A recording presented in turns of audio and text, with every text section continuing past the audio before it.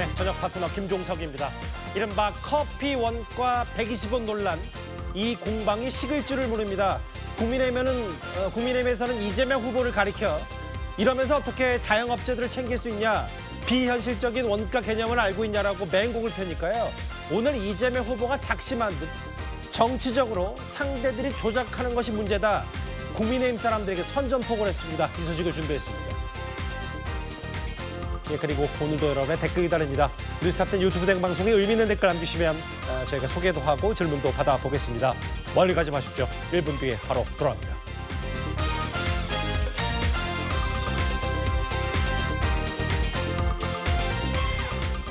예, 오늘도 뉴스탑10 자랑하는 뉴스고수 네 분과 함께합니다.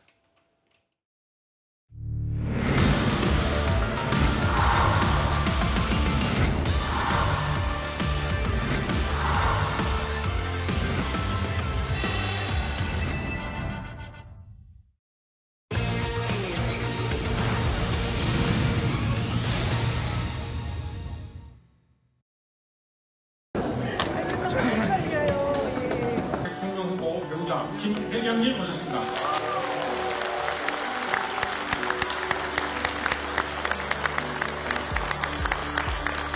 계속 서 계실래요? 소개하고 싶겠네요. 좋습니다. 그래서 대통령 후보 배우자 설아경님 모셨습니다.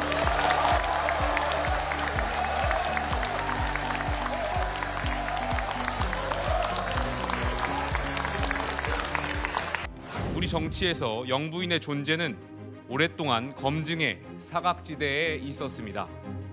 지난 시기 대통령 배우자 문제는 국민께 희망보다는 실망을 드렸고 통합보다는 분열을 안겨드리기도 했습니다. 이제는 달라져야 합니다. 이에 국민의힘은 설란영 여사와 김혜경 여사 두 후보 배우자의 TV 토론을 제안합니다. 국민이 대통령을 고를 때 그 곁에 설 사람에 대해서도 판단할 수 있어야 한다는 상식적 요청입니다. 예, 화요일 뉴스탑10은 바로 2위와 5위가 나왔습니다. 들으신 그대로입니다. 오늘 오전에 국민의힘의 김용태 비상대책위원장이 대선 후보 배우자의 TV 생중계 토론을 전격적으로 제안했습니다. 일단 최근 두 후보 배우자의 여러 동선과 행보를 좀 살펴볼게요. 일단 김혜경 씨는 주로 비공개, 종교계 이 행보를 비공개로 하고 있고요. 반면 설란영 씨는 뭐 유튜브 출연도 직접 하고 어제 저희 채널에 인터뷰도 하면서 적극적으로 남편인 김문수 후보 홍보와 지원 유세에 뛰어들고 있습니다. 일단 조용한 내조와 활발한 행보, 뭐 이 정도로 압축은 할 수 있을 것 같은데 최인정 변호사님.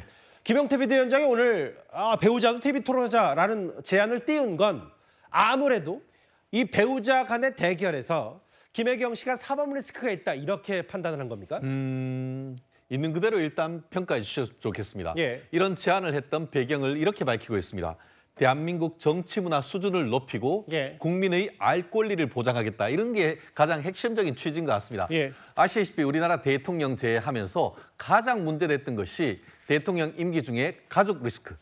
김대중 전 대통령 같은 경우에는 이른바 홍삼 트리오라고 해서 삼형제의 문제, 그리고 또 YS 김영삼 전 대통령 같은 경우에는 소산, 둘째 아들의 문제, 이런 부분들이 계속 문제됐던 것이고, 실질적으로 최근에 윤 전 대통령의 실패에서도 상당한 부분은 또 윤 전 대통령의 부인과 관련된 문제들이 있었던 건 아니겠습니까? 예. 그런 부분에 대한 반성적 고려로서 결국 사법 리스크 내지 가족 리스크를 미리 한번 좀 검증하자라는 취지 아니겠습니까? 예. 그렇기 때문에 이 부분을 무조건 안 된다 할 것이 아니고 국민들의 선택의 어떤 폭을 넓히자, 그런 취지에서 좀 들어주시면 좋겠는데, 민주당 같은 경우에는 코미디 같은 얘기라고 지금 일축하고 있습니다. 예. 그런데 뭐라고 하십니까? 숨기려는 자가 범인이고 검증받지 않으려고 하는 사람에 대해서 검증하는 것처럼 검증하고자 하는데 왜 그것을 거부하죠?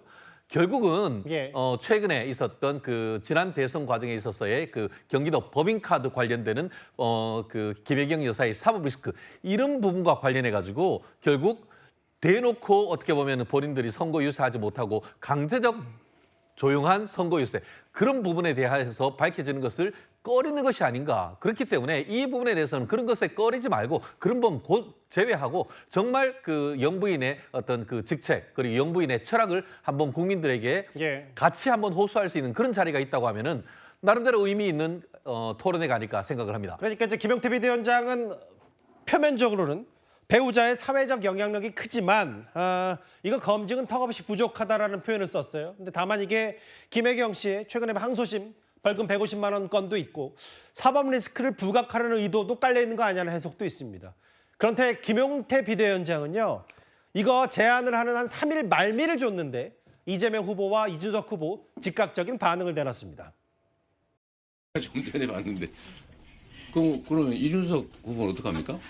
그 말이 되는 얘기를 해야죠. 그게 그 당의 문제입니다. 즉흥적이고 무책임하고 대책 없고 신성한 주권 행사의 장을 그런 식으로 장난을 치듯이 이벤트화해서는 안 되는 겁니다. 격에 맞게 말씀하시도록 요청드립니다. 김용태 위원장이 방금 이재명, 김문수 배우자 TV 토론하자 이렇게 주장을 했거든요. 어떻게 보시는지. 후보님 같은 경우에는 배우자 없으니까 대신 의견을 듣겠다 이렇게 했거든요.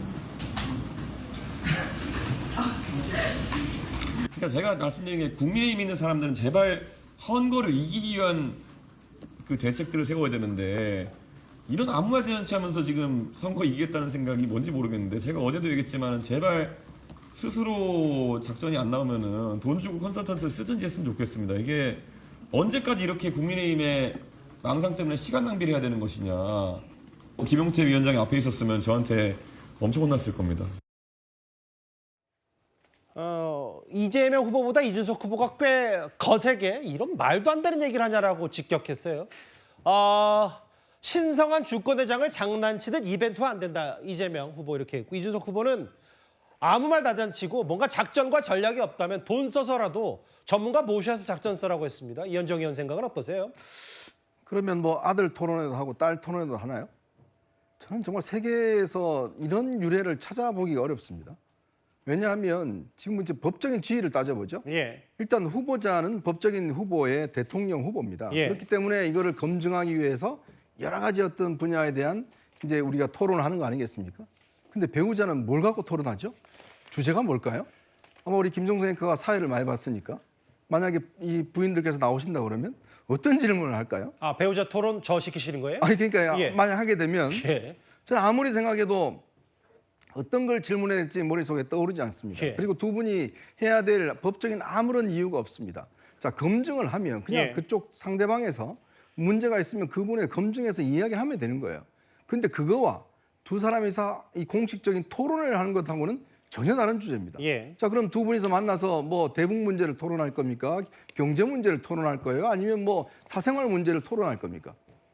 그러니까 저는 이게 도대체 김용태 비대위원장이 뭘 토론하자고 이런 걸 제안한지 모르겠습니다. 뭐 일견, 예를 들어서 지금 김혜경 씨의 어떤 이 범인 그 카드 이 예. 문제를 뭐 하기 위해서 뭐 공세를 한다면 뭐 그런 이해를 하겠어요. 예. 근데 그거는 지금 이미 재판을 받아서 이미 좀 항소심 선고 결과 나왔잖아요. 예. 근데 그거를 부각시키는 그냥 자기들이 하면 되는 것인데 예. 이거를 토론회 하는 거하고는 전혀 다른 차원이거든요. 지금 이야기했지만 그러면 이준석 후보는 누가 나옵니까? 어머니가 나옵니까? 예. 그러면 자녀들은요? 자녀들도 토론을 해요?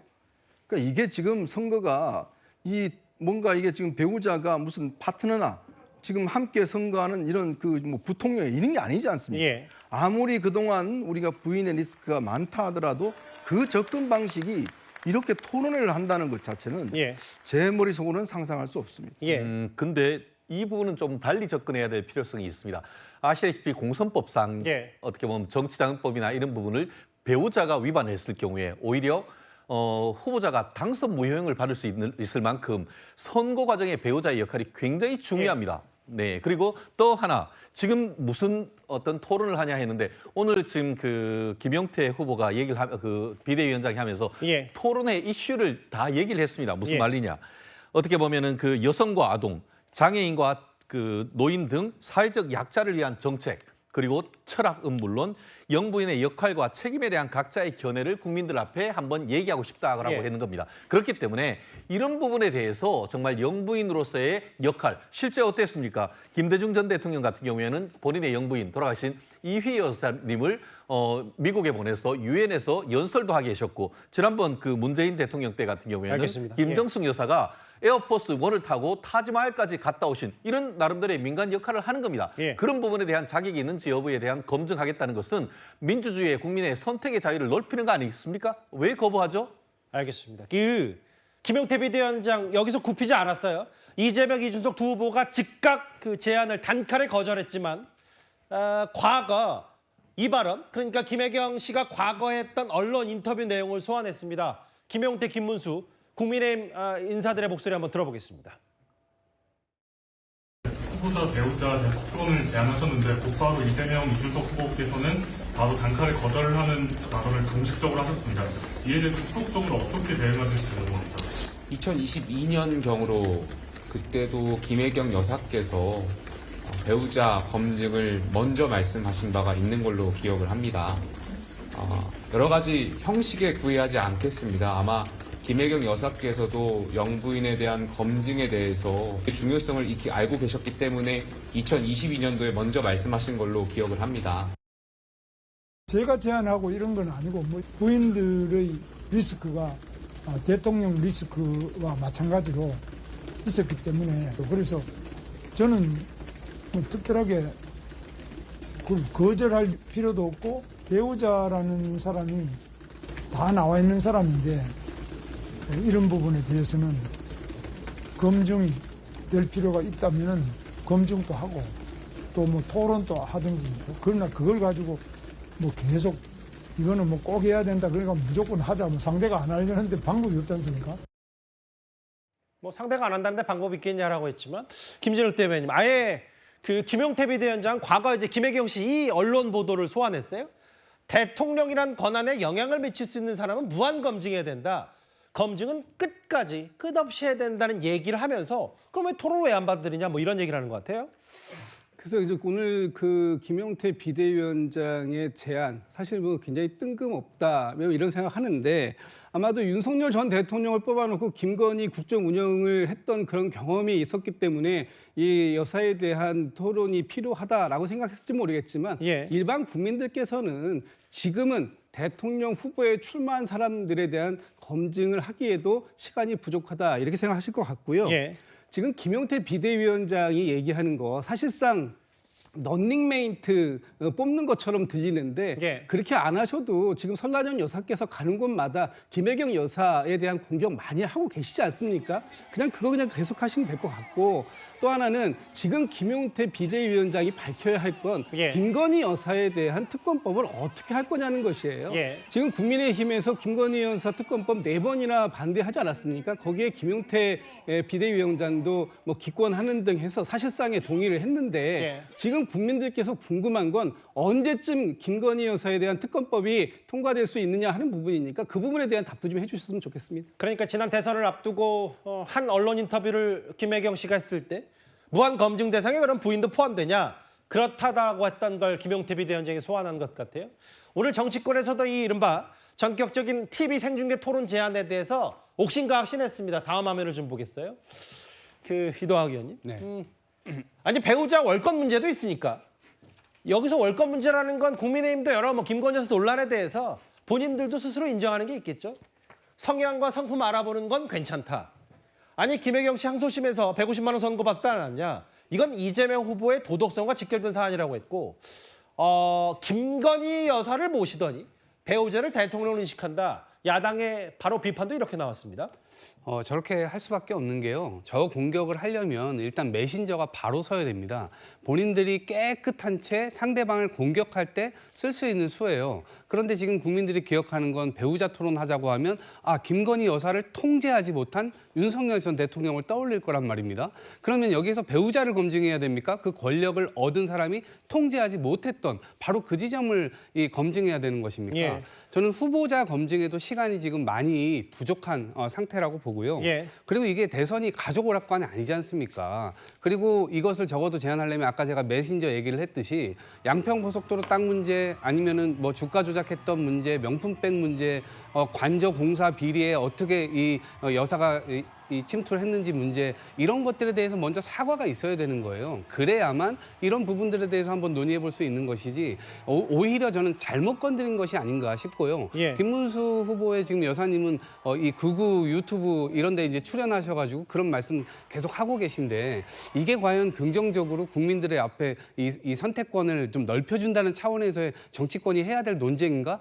저는 좀 이상해 보입니다. 근데 이제 뭐 특정 매체, 특정 유튜브를 뭐 극우 매체 유튜브라고 보실 수 있는데 그거에 뭐 나갔다 해서 뭐 설라정 씨가 뭐 그런 얘기를 했다라고 뭐 한 묶음으로 할 수는 없으니까. 네. 뭐 그건 언론의 여러 창구니까 한 말씀드리는 가지만 거예요. 더 예. 말씀드리면 저는 이게 오히려 전략 그 너머에 뭐가 있는 것 같냐면 예. 김문수 후보 숨기기를 하려고 하는 책략이 좀 숨어 있어 보여요. 왜냐하면 인물 경쟁력이나 이런 게 없다 보니까 예. 지금 홍준표 전 시장, 한동훈 전 대표, 뭐 한덕수 예. 뭐 계속해서 이렇게 늘어놓고 그다음에 지금 김난영 여사까지 나왔는데 설라정 저는 여사입니다. 설라정 여사까지 예. 나왔는데 예. 이 부분이 오히려 지금 후보자의 어떤 리스크 이런 것들을 매력도가 없다 보니까 그걸 뒤로 숨기기 위한 그런 책략이 아닐까 이렇게 생각을 해봅니다. 뭐 인물 경쟁력이 떨어진다는 반론은 이따가 다시 최인영 변호사께도 들어볼게요. 반론도. 일단 이렇게 정치권에서도 해볼 만한 거 아니냐. 아니다. 이거 뭐 김건희 여사의 그림자가 생각난다라는 국민의힘과 민주당의 여러 공방도 있었는데 사실 근데 이 과정에서요. 장외전도 하나 벌어졌습니다. 이준석 후보가 과거에 가깝고 지금도 가까운 김용태 비대위원장을 가리켜서 이런 아이디어 내 옆에 있었으면 혼났겠다라는 얘기를 했는데 이거에 참전한 사람이 있습니다. 한동훈 전 대표입니다. 화면을 좀 볼까요? 이현정 의원님. 네. 한동훈 전 대표가 대단히 부적절하고 국민의힘이 모욕하는 것이다. 구태와 꼰대짓은 나이가 무관하다. 이런 얘기를 했어요.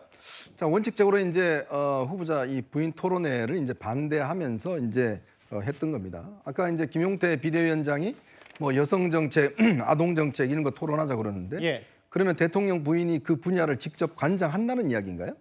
그러니까 직접 예를 들어서 대통령 부인이 그런 정책에 관여할 수 있다는 이야기인가요? 그러니까 토론하자는 거 아니겠어요?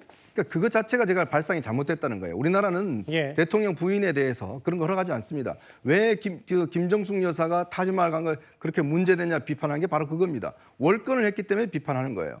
자, 그런데 지금 토론 주제를 그거로 가져가자는 것은 그럼 그런 권한을 준다는 거 아니겠습니까? 근데 그건 어디에도 지금 법적인 그게 없습니다. 우리나라에는요, 영부인 관련된 아무런 법적 규정이 없습니다. 자, 근데 왜 그 문제를 대중들 앞에서 공개적으로 논의하죠? 언론이나 상대방 후보 캠프가 검증하면 되는 거예요. 근데 두 사람이서 공식적으로 그런 문제를 토론한다는 거는 이거는 제가 볼 때는 분명히 영역이 다른 것이다라는 생각이 들고. 예. 자, 그리고 그 부분에 대해서 지금 이 아무리 예전에 이제 천하용인이라고 이제 동생이라고 예. 지금 이준석 후보 같은 경우는 이제 김용태 위원장 그렇게 취급하겠지만 지금은 한 정당의 비대위원장입니다. 예. 그러면 장 전당의 비대위원장을 갖다 혼낸다고요? 그 자체는 월권 아닌가요? 그리고 또 이거는 굉장히 부적절하죠. 예. 그러니까 그 부분에 대한 비판을 하는 거는 좋지만 그러나 비대위원장이 엄연히 지금 이 국민의힘의 비대위원장인데 아무리 예전에 자신과 함께 일했던 뭐 동생뻘이라 하더라도 저런 이야기를 하면 안 되는 거죠. 그 국민들은 대통령 배우자가 조용히 지내길 바란다는 얘기 그리고 한동훈 전 대표는 이거 어떻게 한 공당의 비대위원장이 이렇게 혼냈을 수 있냐 모욕하는 거다라고 했는데 한동훈 전 대표 저희가 이어지는 주제 오늘 첫 번째 독자적 지원 유세 부산 화면도 준비를 할 테니까요. 그때 다시 한동훈 전 대표 나눠보도록 하겠습니다. 그런데 일단 실제로요. 그 배우자 토론이 성사될 가능성은 지금 와서는 극히 낮아 보이긴 합니다만 어제 그 김문수 후보의 배우자 설란영 씨가 저희 채널A와의 인터뷰에서 이런 말을 한 바는 있습니다. 제 의중입니다. 후보도 똑같아요. 시장 간다, 어디 간다 할 때 막 사람 몰려가서 일하면 좀 장사하신 분들이 오히려 방해된다고 생각하시거든요. 그래서 저는 그냥 최소한의 인원만 같이 이렇게 다니는 게 그게 맞지 않을까요? 이번에 봤을 때는 벌써 한 13, 14년 됐거든요. 많이 좀 달라지신 것 같더라고요. 고생을 해서 그런지 몸도 많이 마르신 것 같고 조금 더 예뻐진 것 같고 그리고 제가 칭찬을 좀 했죠. 그 함부로 남용할 수가 없죠. 절대 그런 게 용납이 안 돼요. 그리고 그 이제 법인카드 유용 의혹 대해서 법인카드는 함부로 남용 안 된다. 왜냐하면 본인이 이제 어찌됐건 선배로서 경기도지사의 배우자를 지냈었으니까 용납할 수 없다고 하면서 칭찬 많이 했고 과거 인연이 한 10여 년 됐는데 마르고 예뻐진 것 같다고 했어요. 근데 이제 아마 김문수 후보도 그렇고 설란영 씨는 뭐 TV 토론이 성사가 진짜 된다면 본인은 응할 생각이 있다라는 게 설란영 씨의 입장인 것 같아요. 그렇습니다. 실질적으로 명시적으로도 한다고 하면 적극적으로 응하겠다는 말씀을 하신 것으로 알고 있고요.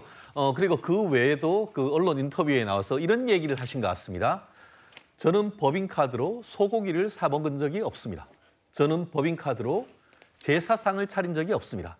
저는 관용차를 사적으로 사용한 적이 없습니다. 라는 말씀을 하셨습니다. 그것이 뭐 듣기에 따라서는 특정인을 얘기를 하는 것 같습니다만 그것을 넘어서 뭐라고 그 언론에서 얘기를 하냐면은 남편이신 지금 김문수 후보님이 8년간 경기지사를 할 때에 본인은 지사님의 손길이 직접 닿지 않는 고아원이라든가 아니면 한센시 그런 그 공동체라든가 그런 데 가서 어떤 봉사활동을 했는데 경기도가 워낙 넓지 않습니까? 그 속에서 51개나 되는 시도 거기에 일일이 다니면서 2번, 3번 다니면서 거기에 그 도정이 미치지 않는 부분을 얘기를 해서 정리를 해서 그 도지사님한테 전달을 했고 그러한 것을 도지사님이 그 도정에 반영했다라는 그런 얘기를 했습니다.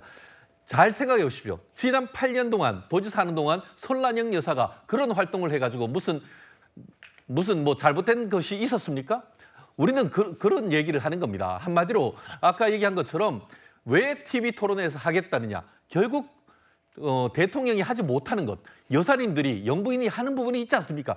영부인이 할 수 있는 그런 부분을 어떻게 하느냐는 것이지 거기에서 어떻게 여성 정책, 노인 정책에 일일이 관여하겠다는 겁니까? 완전히 다른 겁니다. 그렇기 때문에 국민들은 좀 전에 지금 한동훈 그 비대위원장이 했지 않습니까? 국민들은 대통령 영부인이 조용하게 지내기를 바랍니다. 그러한 얘기를 국민들 앞에 저는 대통령이 됐을 때 정말 영부인으로서의 내조를 잘 하겠습니다라는 것을 선언하는 것을 보고 싶다는 것이죠. 그런 점에서 봤을 때는 나름대로 상당히 괜찮은 아이디어가 아닌가 저는 생각합니다. 일단 TV 토론 두고 이제 배우자들의 이제 여러 그 지원 유세 스타일이 다른 것도 저희가 한번 비교 분석해봤다면 반면 이제 김혜경 씨는 비공개로 지금 유세 활동, 뭐 오늘은 광주를 찾았지만 가고 난 뒤에 사진으로 이제 공개되는 정도거든요. 과거 김혜경 씨 선거운동 모습 저희가 준비했습니다. 여기 앞이 5.18 제1호 사적이 돼 있습니다. 네네, 여기가 최초의 이제 5.18을 부르기 시작한 곳인데요. 길은 참 아름다운데 참 가슴 아픈 사연이 많은 길인 것 같아요. 그렇죠? 하나, 둘, 셋. 감사합니다. 우리 이렇게 해야 돼. 그게 문제예요. 그냥 가봐. 어디로 가봐? 다 막고 있는데 수납은 아직 있어요. 그래도 아직 맛있다. 어제 설란영 씨가요. 저희 정한이 앵커와의 인터뷰에서 뭐라 그랬냐면 선대위에 배우자 팀 없다. 이게 남편과 나의 의중이라고 했어요. 근데 일단 이재명 후보 캠프는 지난번에도 뭐 이해식 배우자 실장도 있었고 이번에도 현역 의원들을 배치했는데 글쎄요 이제 이동학 의원님 이건 누가 맞다 틀리다의 문제는 아니고 다만 본인은 굳이 배우자 팀에 뭐가 필요 있냐라는 부분 그리고 김혜경 씨도 어쨌든 비공개로 행보를 하면서 배우자실의 도움을 받고 있으니까 이런 게 본인 스스로가 어쨌든 배우자에서 도덕적 우위가 있는 거 아니냐 이런 해석들을 애둘러서 좀 하는 것 같습니다. 글쎄요. 국민들은 그렇게 해석하지 않을 것 같습니다. 일단 김문수 캠프가 적절한 당으로부터의 조력을 받고 있는가 이 부분은 아닌 것 같다는 생각이 많이 들고요. 선거운동원들도 잘 보이질 않다는 얘기들이 많이 들려오고 있습니다. 그리고 지금 배우자실을 만들지 않아서 김건희 여사가 엄청난 문제가 되지 않았습니까? 관리 영역 내에 있어야 되는 것이거든요. 그런데 지금 관리를 오히려 할 필요가 없다고 얘기를 하니까 김건희 여사가 했던 대로 그대로 지금 가고 있는 겁니다. 이 부분에 대해서 이제 논리적 문제가 있고요. 지금 배우자 토론회 하자 막 이러는 것도 국민 정서에 완전히 어긋나요. 국민들은 공직자가 아닌 사람인 배우자가 왜 이렇게 5만 군데를 다니면서 참견을 하고 다니냐 이런 문제 인식을 분명히 갖고 있는데 말씀으로서 죄송합니다만 항상 그렇듯 국민들이 다 똑같은 생각을 하는 건 아니니까 전반적인 정서가 이제 그렇게 만들어졌다. 그렇게 좀 애들어서 말씀해 주십시오. 네, 그런 게 있고 그리고 김혜경 여사의 어떤 이 사법 리스크 이런 것들을 계속해서 부각시키고 싶어 하시는 것 같은데 압수수색 한 100번 정도 받고 그 이후에 시작을 해야 된다 봅니다. 왜냐하면 이미 이게 동등한 게임이 아닙니다. 압수수색을 한 번도 안 받아보셔놓고 마치 상대방은 있고 나는 아무것도 없다 이렇게 얘기를 하면 지금 국민들께서 그 부분도 납득을 하기 어려우실 거라 봅니다. 잠시만요. 이게 여기서 마무리하려고 했는데 압수수색이라는 단어를 쓰셔서 최인정 변호사의 반론도 한번 잠깐 들어봐야 될 것 같아요. 그렇습니다. 압수수색을 받을 일을 김문수 후보는 한 번도 한 적이 없습니다. 그렇게 하면 되는 거잖아요. 똑같은 거 얘기하지 않습니까? 김문수 후보님은 사실은 대장동, 백현동보다 수백 배, 수천 배다 더 큰 개발 사업을 했습니다. 판교 테크노밸리, 그리고 광교 신도시, 나아가 평택 고덕 신도시, 더불어서 파주 북부에 있는 그 LG 필립스 뭐 이런 것들을 다 했는데 그 사이에 누가 죽었습니까? 누가 거기에 조사받은 적이 있습니까?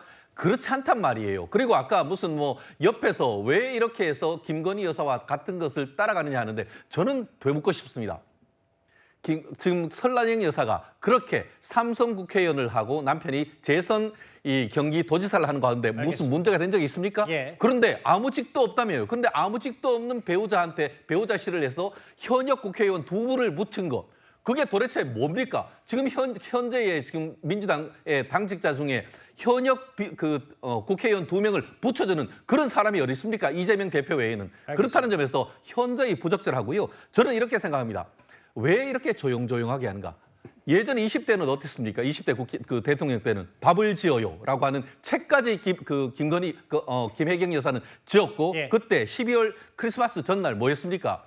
이른바 김문기 씨 발인날 크리스마스 전날 해가지고 산타클로스 옷 입고 춤까지 추면서 적극적인 행보를 했습니다. 그런데 지금은 왜 저렇게 조용하죠? 지금 그때와 지금 차이는 결국 1심, 2심, 150만 원 공선법 위반 이것 때문에 아닙니까? 제가 진짜 끝내려고 했는데 또 안 되겠어요. 김진욱 대변인. 이게 그러니까 최인정 변호사의 공격 포인트는 뭐냐면 아니 굳이 배우자실에 현역 의원 2명까지 배치할 필요가 뭐 있냐. 이게 배우자의 리스크 때문에 어쨌든 과잉보호하는 거 아니냐는 지적을 하셨는데 이건 반론을 꼭 들어야 될 것 같아요. 저희 김혜경 여사의 리스크가 무엇이 있죠? 그 리스크를 감추고 감싸기 위해서 현역 국회의원이 필요한 이유가 무엇이 있죠? 지금 김혜경 여사가 어떤 숨기고 있는 죄가 있습니까? 그렇지 않습니다. 지금 항소심에서 선거법 위반으로 150만 원까지 받은 거 대법원에다가 상고했고요. 대법원에서 결정 나오면 그 결정을 따르면 될 일입니다. 이런 것들을 자꾸만 문제가 있는 것처럼 얘기하시는데 전혀 그렇지 않다라는 거 말씀드리고 지금 대선 후보에 대해서 대선 후보가 보다 더 국민들께 가까이 갈 수 있고 국민들에게 후보의 정책을 더 잘 설명할 수 있는 사람들 가운데 한 명으로 배우자도 선거 운동을 돕고 있는 거예요. 그 부분을 조금 더 효과적으로 할 수 있도록 선거 캠프에 의원들을 배치했다라는 말씀드리고 그것이 하등의 법적인 문제도 없을 뿐더러 그것이 왜 문제가 되는 것처럼 말씀하신지도 저는 도저히 이해할 수 없다 이런 말씀 좀 드립니다. 오늘 김용태 비대위원장이 띄운 아니 배우자들도 TV 토론 한번 해봐야 되는 거 아니냐는 취지 얘기. 단칼에 이준석, 이재명 두 분은 거절하게 했는데 아마 김용태 비대위원장이 이런 정도의 배우자에 대한 이슈화를 노리고 이걸 준비한 건지 모르겠지만 일단 저희도 배우자의 최근 유세 스타일까지 한번 꼼꼼히 점검을 해봤습니다. 알겠습니다. 첫 번째 주제는 여기서 정리하고요. 다음 주제는 저희 뉴스탑 10이 뽑은 1위로 가보겠습니다.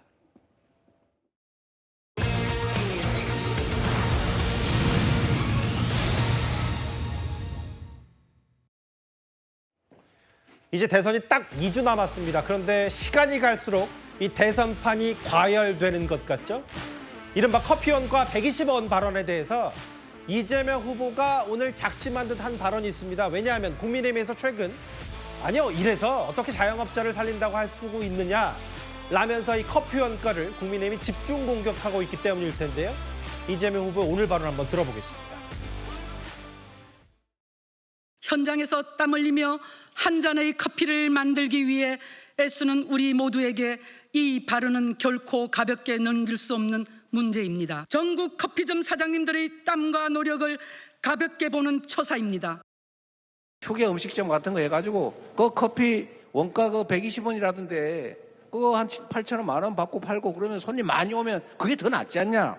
그렇게 바꿔라. 라고 제가 얘기했어요. 틀린 말 했습니까? 여당의 주요 인사가 이재명이가 커피 120원짜리인데 8,000원에 판다고 한다고 말하더라. 자영업자들을 폄훼한 거다. 이렇게 얘기하고 지금 방탄유리 안에서 지금 유세를 펼치고 있는 이재명 후보가 오늘은 뭔가 작심한 것 같아요. 이현정 의원. 네. 이거 정치적 조작, 왜곡 이거를 상대를 폄훼하려고 작정한 것 같다는 취지의 얘기를 이재명 후보가 했습니다. 자, 근데요, 이 문제와 관련해서는 이재명 후보가 딱 한마디만 하면 논란이 없어질 문제예요. 아, 원가가 아니고 그 커피 재료값입니다. 예. 요 한마디만 하면 사실 이 논쟁은 별 의미 없이 끝날 수 있습니다. 근데 끝까지 본인이 이거를 지금 물리지 않잖아요. 원가의 개념을 우리가 이 단어를 보면요. 원가라는 거는 커피 한 잔을 만들었을 때 예를 들어서 카페에서 제공했을 때 그 들어갈 수 있는 여러 가지 재료비라든지 그다음에 인건비라든지 전기료라든지 그다음에 임대료라든지 다 포함한 개념이 원가의 개념입니다. 이재명 후보도 잘 아실 거 아니겠습니까? 경제 잘 아시니까. 그러면 아 그게 원가라고 이야기한 게 그게 제가 좀 이게 말을 저거 해서 그거 지금 재료값입니다. 커피 원두 한 몇십 그램 되는 거 그거 한 번 할 때 보통 제가 120원에서 뭐 170원 정도 그때 해서 그런 이야기 했습니다. 라고 이야기하면 아무 문제 없잖아요. 근데 끝까지 본인의 잘못이 없다라고 이야기를 하고 있고 왜곡하고 있다. 자, 저 발언의 문제가 뭐냐면 커피의 원가가 120원이라 한 부분과 8,000원에 판다라는 부분이요. 커피 요즘 8,000원에 파는 데는 아마 굉장히 고급스러운 이 카페나 그다음에 호텔 가면 한 10,000원 넘게 팔죠. 요즘 길거리 가면요. 싼 커피들 굉장히 많습니다. 1,500원 뭐 1,000원씩 하잖아요. 근데 과연 그쪽에서 8,000원에 판다면 그거 누가 사 먹을 수 있을까요? 그러니까 본인이 지금 말 자체의 어떤 용어에서 기본적으로 팩트 자체가 잘못한 부분을 아 그분 좀 이 말을 잘못했다라고 이야기하면 끝나는 이야기인데 끝까지 본인이 잘못했다라고 이야기하지 않음으로 인해서 결국 이 문제가 지금 엄청난 정치 논쟁으로 가고 있는데 저는 그게 우려됩니다. 즉 이재명 후보가 본인이 한 번 뱉은 말은 절대 담지 않는 이런 스타일인지 모르겠지만 이 문제는 제가 볼 때는 정말 아주 따져놓고 보면 예전에 윤석열 전 대통령의 대파나 875원도 그 정도 받아야 이게 이 제값인 것 같다. 그 이야기다. 이렇게 하면 끝날 문제 아니겠어요? 저는 똑같은 문제라고 봅니다.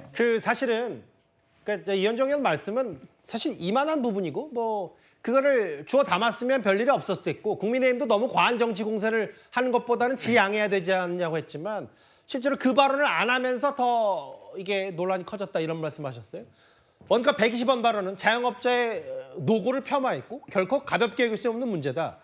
이게 그 원가가 아니라 원두값 이거 해명했지만 자영업자들과 함께 형사 고발을 했습니다.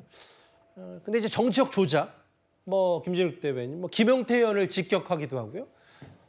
아까 제가 방송 전에 해보니까 선전포고라는 단어도 이재명 후보가 썼던데 커피 원가 120원 논란에 대한 선전포고 이거 어떻게 받아들일까요? 그러니까 문제를 바라보는 시각의 차이가 분명히 존재하는 겁니다. 이재명 후보가 엊그제 TV 토론에서도 분명하게 이런 표현을 썼어요. 커피 원가라고 했지만 그 원가의 개념에 뭐 인건비라든지 재공과금이라든지 이런 부분을 뺀 부분을 얘기한 거다라고 분명하게 얘기를 합니다. 원가의 개념을 이재명 후보가 몰라서 한 얘기가 아니고 커피 콩값에 대한 부분이 당시에 2019년도 기준으로 봤을 때 뭐 한 잔을 만드는데 한 대략 120원 정도의 비용이 소요가 된다라는 측면은 분명하게 이재명 후보도 얘기를 한 부분이 있습니다. 그럼에도 불구하고 국민의힘에서 이 지점을 마치 대파 논쟁을 연상시키려고 하듯이 이것을 정치 쟁점화해서 끌고 가고 이거를 김용태 비대위원장이 본인의 SNS에다가 이렇게 적어요. 첫 번째 문장의 제일 첫머리가 이렇게 시작합니다. 커피 원가가 120원인데 너무 비싸게 판다. 이것을 쌍따옴표, 더블 커트를 쳐서 마치 이재명 후보가 한 발언인 것처럼 그렇게 소개를 합니다. 이재명 후보는 너무 비싸게 판다는 말을 한 적이 없어요. 그럼에도 불구하고 이재명 후보가 폭리를 취하고 있다라는 식으로 지금 이 커피를 파시는 자영업자분들과 이재명 후보를 갈라치기 하려고 하는 이런 그 정략적인 부분이 여기에 들어 있기 때문에 이 부분에 대한 문제 제기를 지금 이재명 후보는 하고 있는 것이다라는 말씀을 드리고, 이재명 후보가 오늘 이렇게 강력하게 얘기를 한 부분은 지금 이재명 후보가 일반 이 자영업자분들하고 싸우겠다는 의지가 전혀 아닙니다. 이분들의 노고 충분히 인정하고 알겠습니다. 다 알지만 그 이재명 후보를 공격하기 위해서 이렇게 여러 방식을 통해 가지고 이재명 후보를 그 공격하고 이재명 후보에게 이제 무고죄까지 하고 또 자영업자들과 함께 오늘 형사고발까지 한다고 합니다.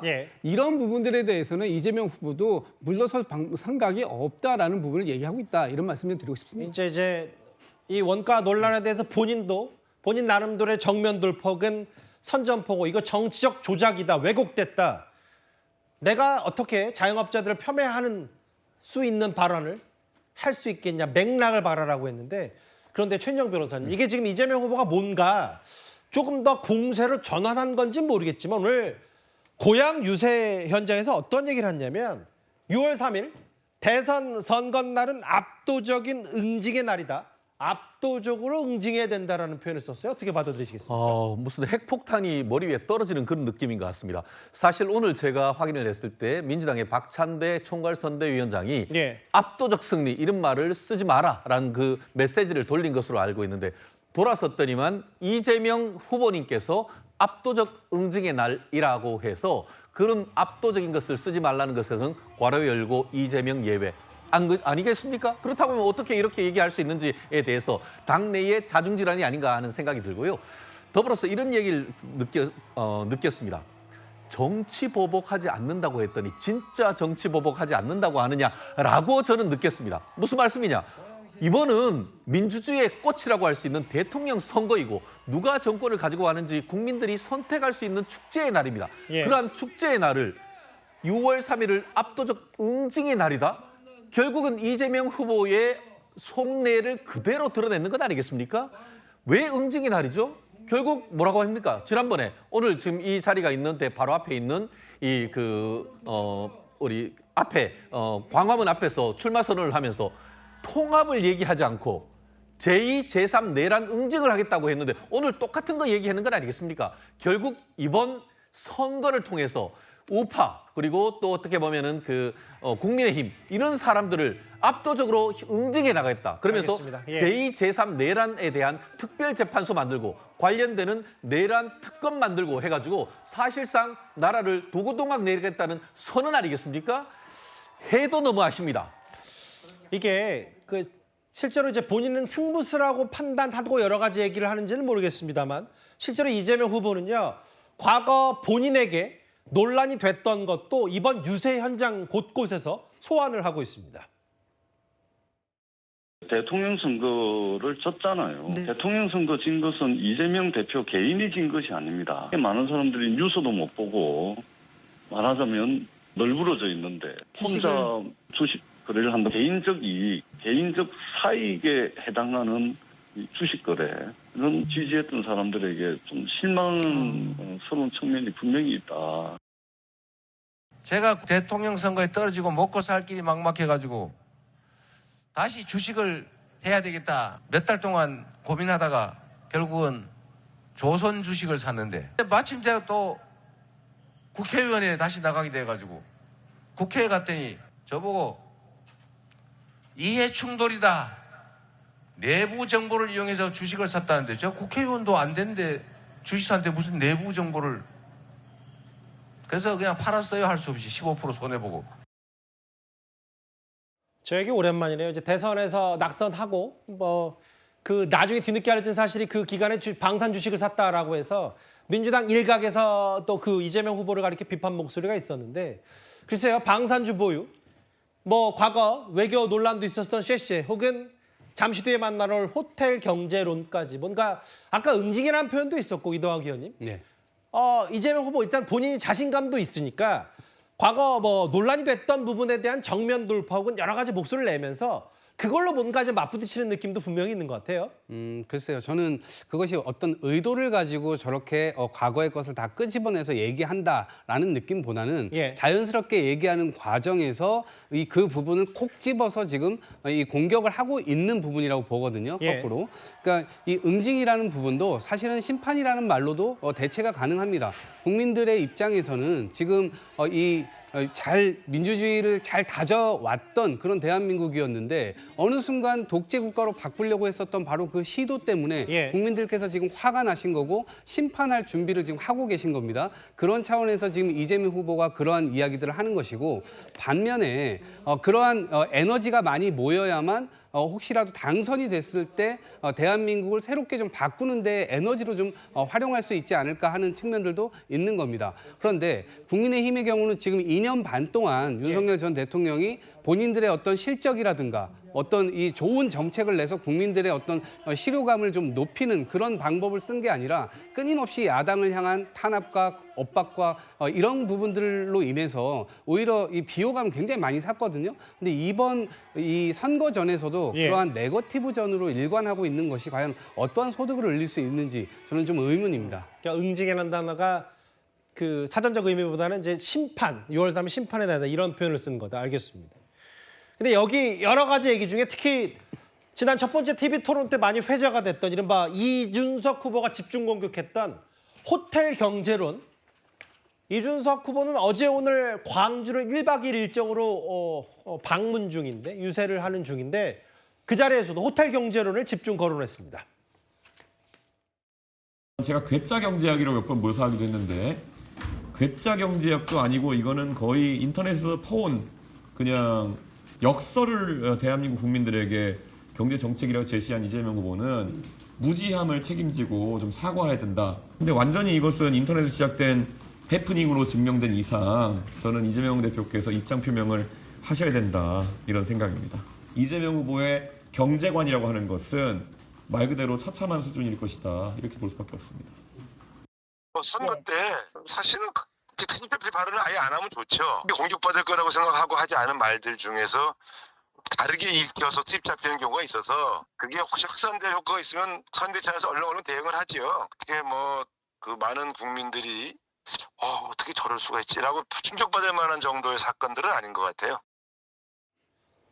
우상호 의원은 큰 대수롭지 않은 정도라고 하는데 이제 이런 거였어요. 이준석 후보가 이재명 후보 비판했던 게 호텔 경제론. 이게 뭔가 10만 원을 예약금 지불해놓고 취소하면서 다시 예약금 가져가도 글쎄요. 겉보기에는 사실 이제 돈이 돌아왔을지는 모르겠지만 경제 전문가들은 대체적으로 이게 이렇게 돌고 외상값 지불하고 치킨 사고 이렇게 돌아도 경제적으로 창출된 가치는 없다는 걸 많이 지적하고 있고 이 부분은 이제 이재명 후보가 일단 본인이 호텔 경제론을 명명한 건 아니지만 과거 SNS에 있었던 건 사실이기 때문에 그걸 이제 계속해서 이준석 후보가 집중 공격하고 있어요. 다음 화면을 보겠습니다.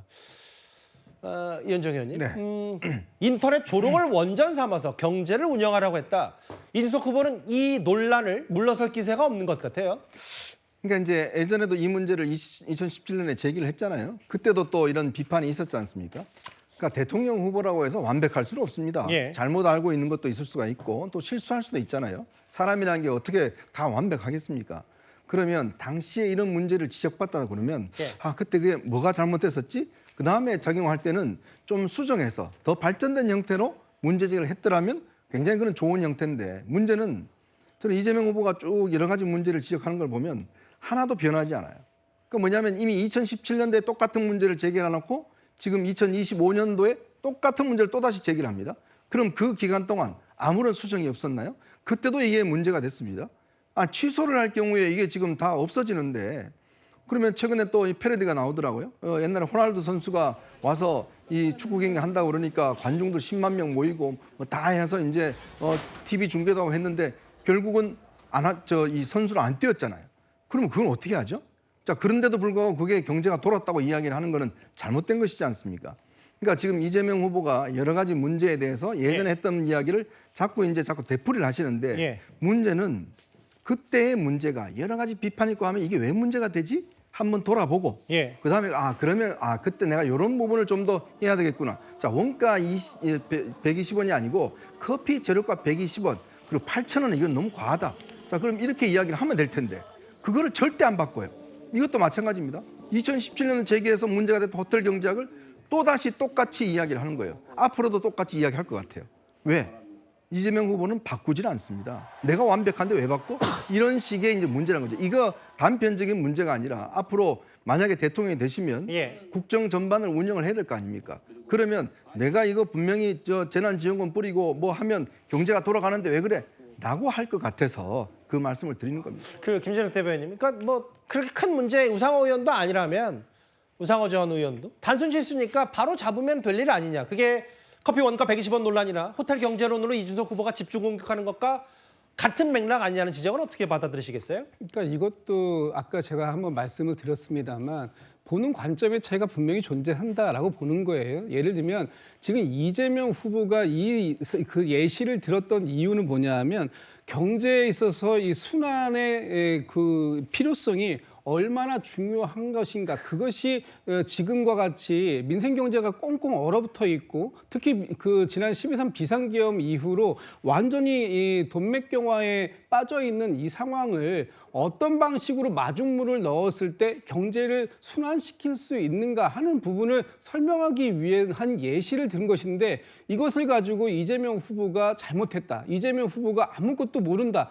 경제에 무지하다. 이런 식으로 비판을 하려고 공격의 대상으로 소재로 삼으니까 이것이 지금 이렇게 문제시 되고 있는 건데 저는 이걸 문제시할 이유가 없다고 생각합니다. 지금 그 경제가 얼어붙어 있을 때 그 경제를 돌리기 위해서 마중물을 넣을 수 있는 것 그것은 지금 정부밖에 없어요. 정부의 역할이 중요하다. 이런 측면으로 이해할 수 있는 부분도 저는 분명히 존재한다. 그런 부분에 있어서 이재명 후보가 알겠습니다. 지금 실물 경제를 너무 모른다 이렇게 비판할 수는 있겠습니다만 저는 그런 비판을 위한 비판으로밖에 안 들릴 것 같다라고 생각합니다. 근데요, 거기서 취소 부분만 빼면 돼요.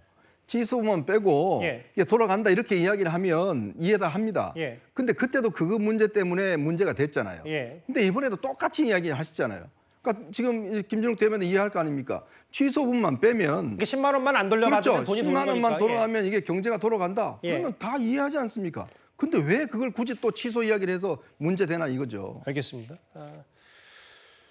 또 하나, 근데 이제 커피 원가 120원 논란 말고도 사실 이렇게 고발전이 이어지는 부분이 하나 있는 게 김문수 후보의 민주화운동 보상금 10억 관련입니다. 화면을 만나보겠습니다. 본인을 포함해 전당적으로 민주화운동 보상금 10억 원을 거부했다고 국민께 거짓말하고 있습니다. 민주화 보상법에 따르면 그는 30일 이상 구금된 사람으로서 최대 한도 5천만 원으로 정해진 생활지원금을 신청할 수 있었지만 신청하지 않았습니다. 설사 신청했다고 하더라도 그는 국회의원, 경기도지사를 지냈기 때문에 법에 따라 이마저도 지급받을 수 없었습니다.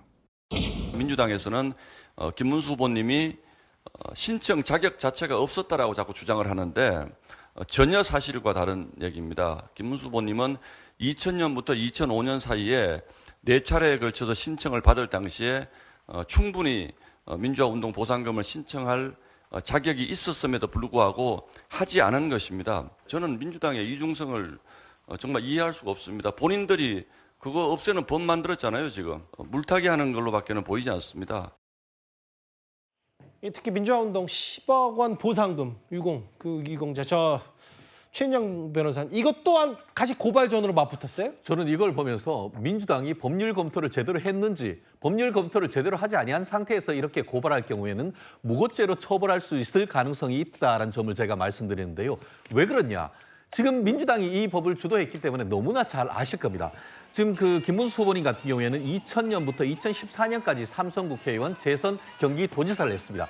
그런데 지금 말씀하신 것처럼 공직자에게 어떻게 보면은 민주화 운동했던 분한테 보상금을 주는 것은 쭉 계속하다가 근데 돈이 너무 많이 나가는 거예요. 그래서 그것을 공직자인 경우에는 돈을 신청하는 것을 제한하기 시작한 것은 2005년부터란 것을 민주당, 특히 지금 법사위원을 하셨던 박범계 의원은 너무나 잘 알고 계실 겁니다. 그러면은 어떻게 했습니까? 2000년부터 2005년 6년 동안은 김문수 후보님이 이 민주화 운동 보상금을 신청할 수 있는 자격이 차고도 넘치는 겁니다. 그럼에도 불구하고 안 했던 겁니다. 그 사실을 알면서도 이와 같은 식으로 해서 허위사실이라고 하면서 막 고발을 했다고 하면은 이것은 제가 봤을 때는 분명한 법적 문제가 될 수 있을 거라고 생각합니다. 정말 법적 문제가 안 된다고 생각하십니까? 두고 보십시오. 제가 봤을 때 이것이 경찰에 고소를 했는지 아니면 공수처에 했는지는 모릅니다. 알겠습니다. 이 부분에 대해서는 법적 책임, 민주당이 오히려 져야 될 가능성이 상당히 높지 않은가 생각합니다. 앞서 오늘 현장 유세 때 이재명 후보가 뭐 선전포고 혹은 정치적 조작,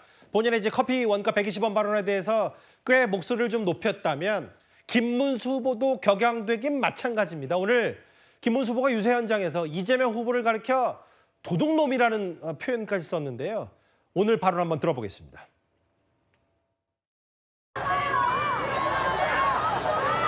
후보님 들어오시라고 지금 이걸 후보님 안쪽에 계시는 게 더욱더 좋을 것 같아요. 네. 네, 여러분이 걱정을 하신다니까 제가 답답하긴 하지만 좀 갇혀 있도록 하겠습니다. 여러분, 저는 이 방탄조끼 입었습니까? 저는 방탄조끼 입을 필요가 없어요. 방탄조끼를 왜 입습니까? 방탄 유리를 또 이렇게 막아가지고. 나는 왜 유리 없는 거 여러분 아시죠? 김문수는 유리가 없습니다. 방탄 유리가 없어요. 방탄조끼도 안 입었죠? 경찰 경호도 필요 없다. 민주당하고 우리하고 같이 이 형평을 맞춰야 되기 때문에 경호 안 하면 안 된다는 거예요. 나는 필요 없다. 내가 총 맞을 일 있으면 저는 맞겠습니다.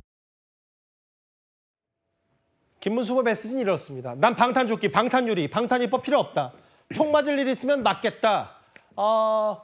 어제부터인가 이제 방탄유리 안에서 유세를 하는 이재명 후보를 저렇게 저격했는데 이동학은 어떻게 받아들이셨습니까?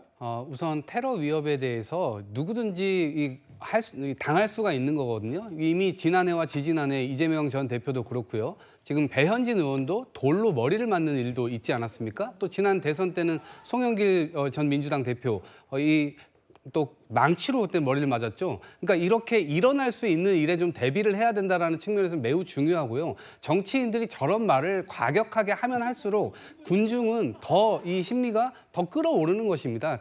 그래서 대단히 잘못된 언어라고 생각하고요. 최근에 계속해서 제보가 들어온다고 하는데 당으로요. 2km 사격거리를 할 수 있는 총이 막 밀수됐다고 해요. 저는 대한민국에 이런 게 밀수되는 게 이게 현실적으로 가능한 것인가? 이런 의문을 갖는데 일단 제보잖아요. 민주당에 들어온 제보. 그러니까요. 예. 그런 제보들이 들어오는 것으로 봐서 어찌됐건 대비는 해야 되지 않나라는 생각인 것이고 또 방탄 입법과 관련된 그런 얘기도 하셨는데 지금까지 자유통일당과 윤석열 전 대통령을 정치적으로 방탄해오지 않았습니까? 그러한 측면에서 저런 말을 하면 할수록 저는 오히려 손해라는 측면이 훨씬 더 많이 듭니다. 특히 이제 하고 싶었던 얘기는 꽤 센 발언도 했어요. 안전한 교도소를 가라. 뭐 본인의 사법 리스크, 방탄유리, 방탄조끼보다 이현정 의원님 아마 네. 김문수 후보는 방탄 입법, 대통령이 되면 여러 가지 일들 본인 위주의 위인설법 뭐 이런 거 할 거 아니냐라는 지적을 김문수 후보가 했어요. 참 저도 선거 취재를 오랫동안 해왔는데 예전에는 아마 이제 김대중 대통령 이런 분들이 이제 이 선거운동할 YS 선거운동할 때 뭐 돌이 날라고 할 때 이제 당시 그런 일이 있었습니다.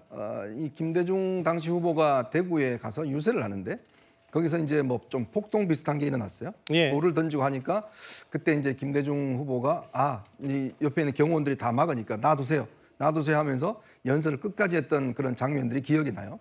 근데 물론 그런 선거 유세 현장에서 있었던 이제 폭력 사태는 그동안 계속 있어 왔고 후보자에 대한 게 있었습니다. 이거는 당연히 또 이 철저하게 막아야 되는 건 사실입니다. 그리고 또 이거를 너무 또 이 정치적으로 공방한다는 것도 제가 볼 때는 무리가 있는 것 같습니다. 특히 지금 이재명 후보 같은 경우는 본인이 이미 한 차례 테러를 당하셨기 때문에 이제 그 부분에 대한 두려움이 꽤 크신 것 같아요. 근데 지금 그래서 이제 방탄 유리까지 지금 설치가 돼 있는 거 아니겠습니까? 그런 상황이고 이제 이게 참 우리나라는 처음 보는 장면이었기 때문에 굉장히 좀 생소한 측면이 있는 것 같습니다. 어쨌건 저는 이 선거라는 것이 후보자의 안전 문제는 저는 더 이상 이제 우리가 안심할 것은 아닌 것 같다. 워낙 정치가 극단화되다 보니까 서로 상대방에 대한 어떤 이게 좀 극단화되고 있는 것 같아요. 이 부분은 제가 볼 때는 뭐 이번 선거도 그렇고 앞으로는 이 후보자에 대한 안전 문제는 저는 뭐 계속해야 된다는 생각이 듭니다. 잠시만요. 이번 주제 정리는 여기서 하고요. 검찰로부터 속보가 들어왔습니다. 이창수 서울중앙지검장이 사의를 표명한 것으로 전해졌어요. 이창수 지검장 말고도.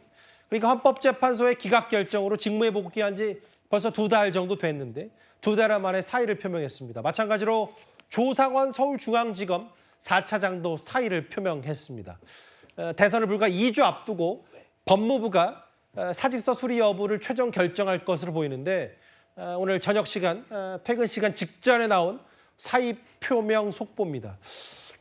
최진영 변호사님, 이게요, 검찰의 뭐 실질적인 넘버 2라고 서울중앙지검장이 사의를 표명했고 마찬가지로 조상원 4차장도 사표를 냈다. 이 두 명이 또 공교롭게도 어쨌든 이재명 대표 관련 수사를 진두지휘하거나 혹은 특정 혐의를 맡고 있는 인물들이기 때문에 이 사의 표명을 저희가 어떻게 해석하면 되겠습니까? 저도 상당히 충격입니다. 사실 검수완박을 했지만 제가 기억하기에 공안 사건, 선거를 비롯한 공안 사건에 대해서는 검찰이 수사권이 있는 것으로 알고 있습니다. 그렇다고 하면은 대선에 대해서 엄중한 관리 책임이 있는 것이 특히 서울중앙지방검찰청 검사장이 아닌가 생각을 합니다.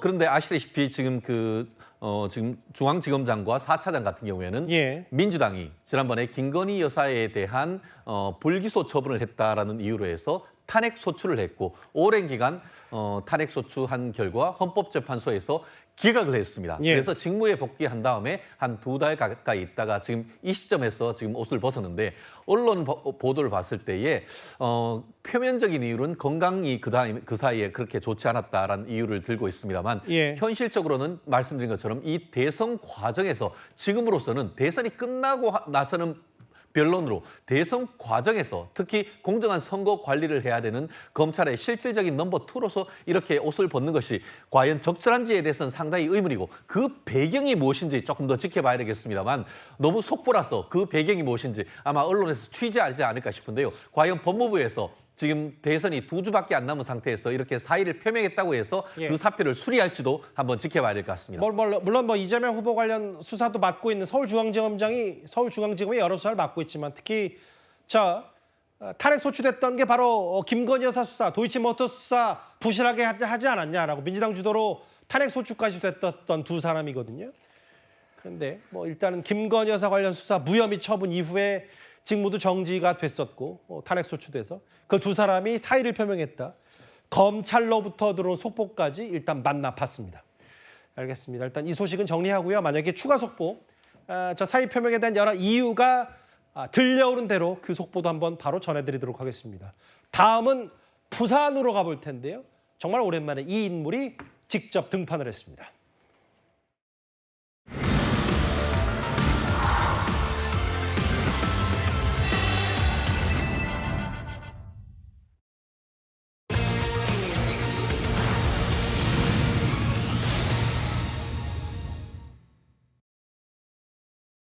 저는 이재명이 만든 위험한 세상을 막기 위해서 나왔습니다. 제가 누구보다도 앞장서서 이재명의 노주성, 이재명의 120원 경제, 이재명의 사법 쿠데타를 막기 위해서 뛰고 있습니다. 이재명의 세상을 막는 데 도움이 되는 방식으로 최선을 다할 것이라는 말씀을 드립니다.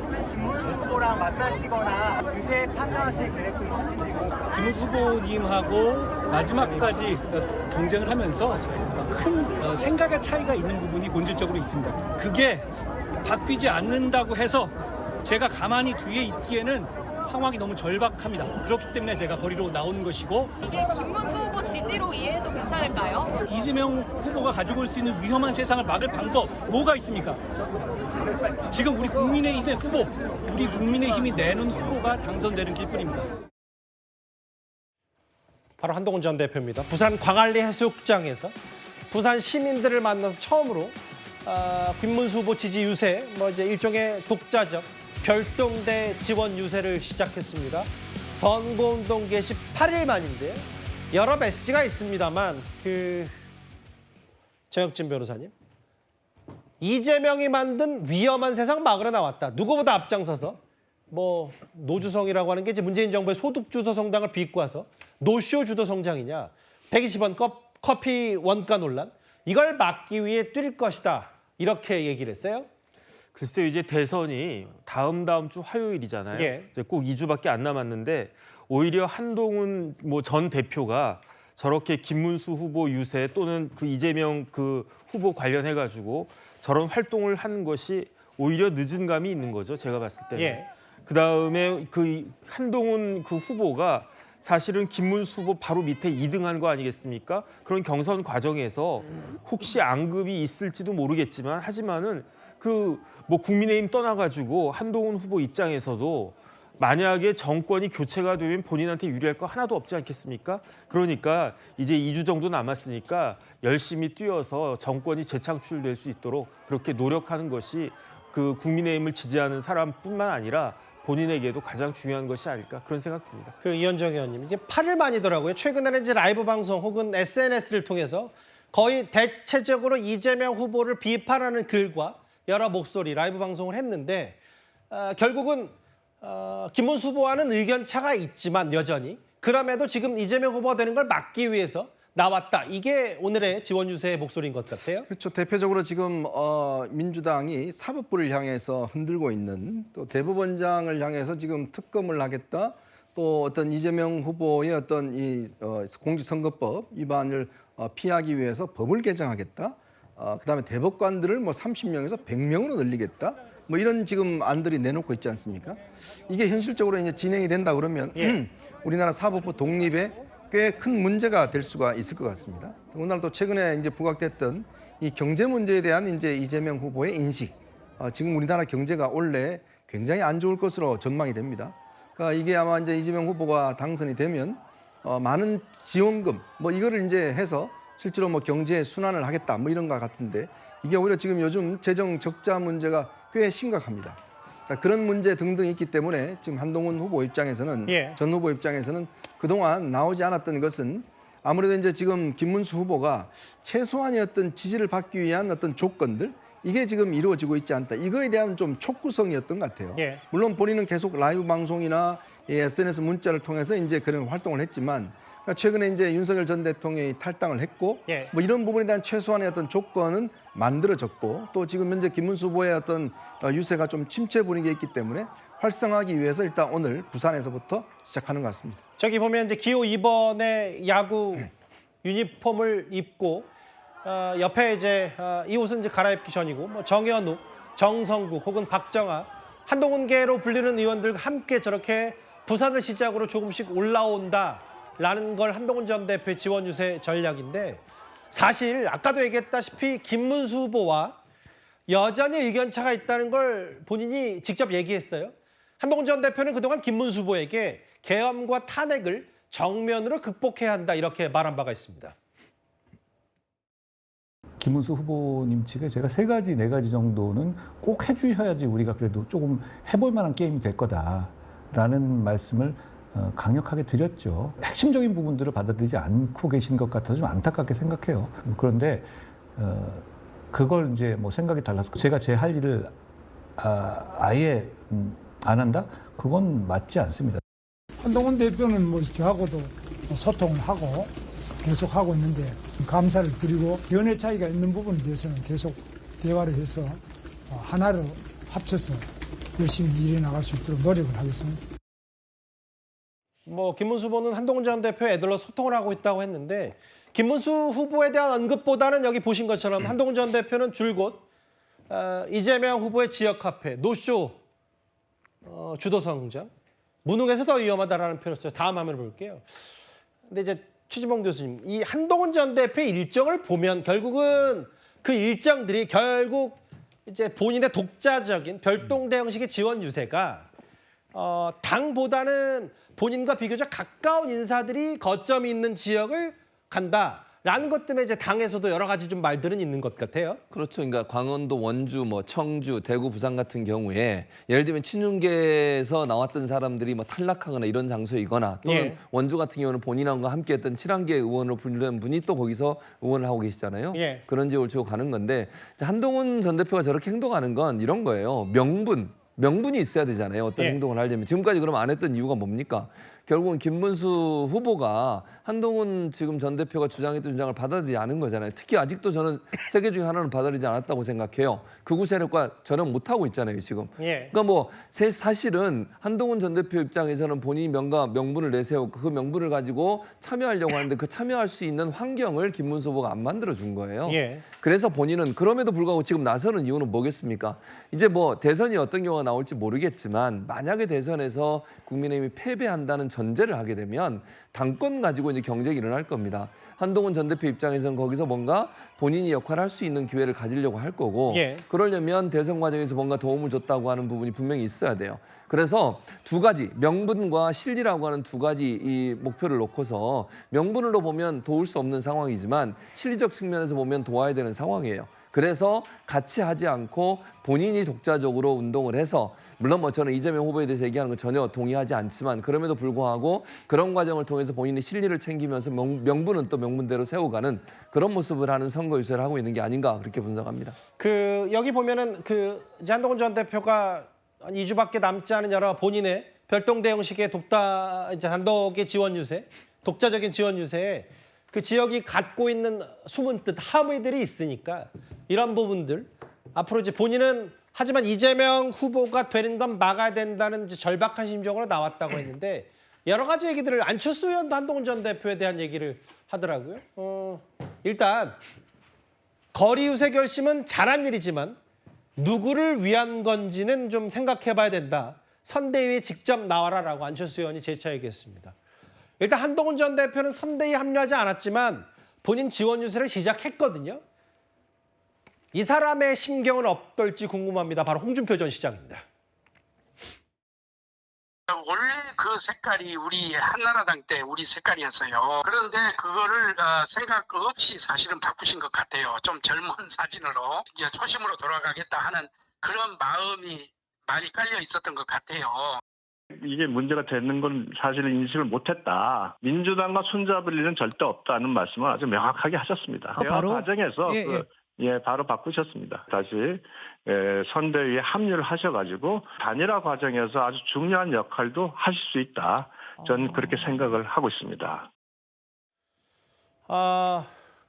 어제 지금쯤이면 아마 이른바 특사단 설득하러 갔던 그 특사단이 인천공항에 떨어졌을 텐데 도착을 했을 텐데 정혁진 변호사님 뭐 좀 젊은 사진으로 생각 없이 바꾼 거고 민주당과 손잡을 일은 절대 없다고 말했다. 뭐 사실상에 이거는 당과 너무 거리를 둔다기보다 김문수 후보의 지지선언 아니냐라는 이제 여러 긍정적인 생각들을 특사단이 좀 했던 모양인 것 같더라고요. 글쎄요. 그런데 정치인의 말이나 행동에는 정치적 함의가 들어있는 거 아니겠습니까? 그다음에 홍준표 후보는 뭐 정치 9단까지는 몰라도 한 7단 그 정도는 되시는 분으로 많은 사람들이 생각을 하고 있고 더군다나 국민의힘 쪽에서 대통령 후보로도 여러 차례 출마하신 그런 분 아니겠습니까?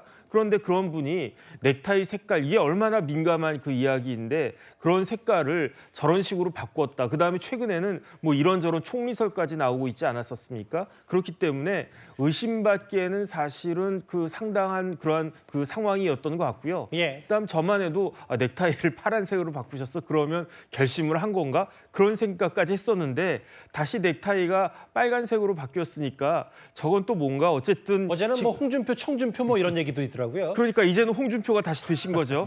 그다음에 그렇기 때문에 아무리 그래도 그렇지 홍준표 그 전 후보가 뭐라고 말씀하셨습니까? 이제는 정치를 이제 끝내겠다 그런 말씀을 갖다 하셨는데 모든 것이 끝이 좋아야 다 좋은 거 아니겠습니까? 그러니까 상식적인 선에서 아마 처신을 갖다 하실 것이다. 그다음에 홍준표 전 후보 입장에서도 국민의힘의 정권이 재창출되는 것이 정권 교체되는 것보다는 훨씬 낫지 않겠는가? 저는 그런 생각 듭니다. 모르겠어요. 이제 국민의힘이 일단은 원팀이 돼야 되는 게 2주밖에 안 남은 대선의 급선무니까 한동훈, 홍준표 두 사람이 일단 100% 도와주진 않더라도 예전보다 좀 다른 기류는 분명히 있습니다. 아까 안철수 의원이 공동선대위원장의 안철수 의원이 한동훈 전 대표 잘한 일이지만 선대위에 합류해라고 했고 이 사람한테는 이준석 후보 토론 참 잘했으니까 빨리 단일화 외쳐달라고 양쪽이 요청을 한 상태죠. 이렇게 보니까 지금 보수 쪽에서는 이번 주가 이 단일화의 마감 시간, 그러니까 골든타임입니다. 어제 제가 직접 만났던 이준석 후보, 저희 채널A 국회의사담 앵커스에서는 특단의 방법이란 단어를 썼는데 국민의힘 쪽에서는 연일 이준석 후보를 치켜 세우고 있습니다. 저렇게 가면 그냥 무난하게 그냥 이재명의 당선을 우리는 지켜봐야 된다. 그러면 특단의 어쨌든 방법들을 써야 되는 것이고, 김문수 후보가 기대하는 단일화 모델이든 제가 생각하는 단일화가 아닌 모델이든 간에 이재명 후보가 무능력자인 것이 인증이 끝나야지 그다음 되는 겁니다. 저는 드롭할 생각이 전혀 없고요. 네, 뭐 김문수 후보가 드롭하실지는 모르겠습니다. 지금 저 국민의힘에 있는 제가 단일화 무쇠라고 표현한 분들은 뭔가 착각을 크게 하고 있다. 이준석 붙들고 계속 뭐 이준석 책임론을 씌우려고 한다든지 이런 것은 저분들은 이기는 것을 포기한 사람들이다. 제발 좀 이기겠다는 생각 자체를 좀 했으면 좋겠다. 이제 특단의 방법이라는 건 여러 해석이 어제 오늘 나왔지만 이현정 의원님, 네. 이게 결국은 유권자가 판단할 거다. 누가 이재명 후보를 꺾을 수 있는지 본인 중심의 단일화다. 이런 취지의 얘기를 이준석 후보가 하는 것 같더라고요. 그렇죠. 뭐 지금 상황에서는 이 단일화라고 이야기하면 김문수 후보는 뭐 자기 중심의 단일화를 이야기할 것이고요. 그다음에 이준석 후보는 또 본인 중심의 단일화를 이야기할 텐데 이제 시간이 얼마 남지 않았습니다. 지금 이제 25일이면 이제 투표용지가 인쇄되는 날이고 그 이후에 사퇴를 하면 아마 투표용지에 뭐 이렇게 찍히긴 찍힐 텐데 문제는 이제 가장 최적의 타임은 이제 투표 인쇄되기 전에 단일화하는 게 효과가 크겠죠. 그런 상황이고 또 지금 현재 보면 여러 가지 여론조사나 등등의 결과를 보면 지금 김문수 후보가 뭔가 반전의 계기를 마련하기 위해서는 결국은 단일화 이외에는 뾰족한 방법이 없어 보여요. 물론 선거 캠프는 매일 1%씩 지금 지지율을 올린다고 그러지만 그래서 지금의 김문수 후보의 메시지나 지금 당의 어떤 선거 전략으로 봐서는 제가 볼 때는 그렇게 하기는 어려울 것 같습니다. 자, 그렇다면 결국은 이 단일화 문제가 마지막에 중요한 문제라면 저는 김문수 후보나 당이 정말 이 문제의 모든 것들을 걸어야 되는데 글쎄 그렇게 지금 절박한가라는 걸 별로 저는 느끼지는 못하겠어요. 왜냐하면 김문수 후보 본인도 그렇고 당도 지금 뭔가 이 후보 단일화 하려면 이 뭔가 밑작업을 좀 해야 될 거 아니겠습니까? 그리고 저 물밑에서 어떤 교섭이나 이런 걸 좀 이루어져야 될 텐데 그래서 제가 모르는 게 있지는 모르겠지만 그러나 김문수 후보의 메시지나 이런 걸 보면 썩 본인이 적극적으로 지금 뭔가 이 이준석 후보에게 뭔가 좀 구애를 하는 그런 모습이 안 보이기 때문에 저는 아마 내일과 모레가 제일 고비일 것 같습니다. 결국 내일과 모레에 또 뭐 여러 가지 여론조사가 발표되고 하면 결국 이준석 후보 입장에서도 보면 그냥 계속 끝까지 갈지 아니면 정말 단일화라는 거에 투여를 할지 그 부분에 대한 결판이 나지 않겠나 싶습니다. 아예 광야의 호랑이라는 표현까지 나왔습니다. 이준석 후보를 가리켜서요. 그러니까 이준석 후보가 지금 이제 김문수 후보가 이준석 후보에게 아주 공개적으로 뜨겁게 구애하는 동안 사실 김문수 후보는 조용한 단일화를 하나는 성공을 시켜놨어요. 어떤 거냐면 윤석열 전 대통령이 탈당쇼를 했다라는 것하고 우리 공화당이 지지를 선언한 것, 또 자유통일당의 후보가 사퇴하면서 김문수 후보를 지지하는 것, 이런 것들은 이미 보수 극우 아스팔트 세력까지의 단일화는 되어 있고 마지막 남은 단일화의 퍼즐이 이준석 후보이다라고 생각하는 것 같은데 저는 이준석 후보가 결과적으로 보면 대선 후에 있을 이 보수 진영의 정계 개편의 어떤 중심축이 될 것이다. 될 가능성을 선택하는 것이 본인에게 훨씬 더 큰 이익을 가져다 줄 것이다 라고 볼 것 같고요. 그런 측면에서 김문수 후보와의 단일화에 대해서 매우 부정적인 입장을 드러내고 있는 현재의 스탠스를 여전히 유지해 나갈 것으로 보고 있습니다. 반면 이제 특단의 방법이라는 게 여러 해석이 많았기 때문에 한번 지켜보죠, 이번 주. 반면 이재명 후보는 비교적 외연 확장 혹은 제3지대에 있었던 인물들을 본인 지지선언을 이끌어내고 영입 중인데 허은하 전 대표가 어제 직접 영등포 유세 현장에 가서 이준석 후보, 이재명 후보와 손을 잡았죠. 개혁신당에서 허은하 전 대표와 과거 한솥밥을 먹었던 조홍천 전 의원이 어제 저희 정치 시그널 나이트에서 이런 말을 했습니다. 국민의힘도 개혁신당도 결국 가짜 보수, 가짜 개혁이었습니다. 이재명 후보는 분열이나 혐오를 말하지 않습니다.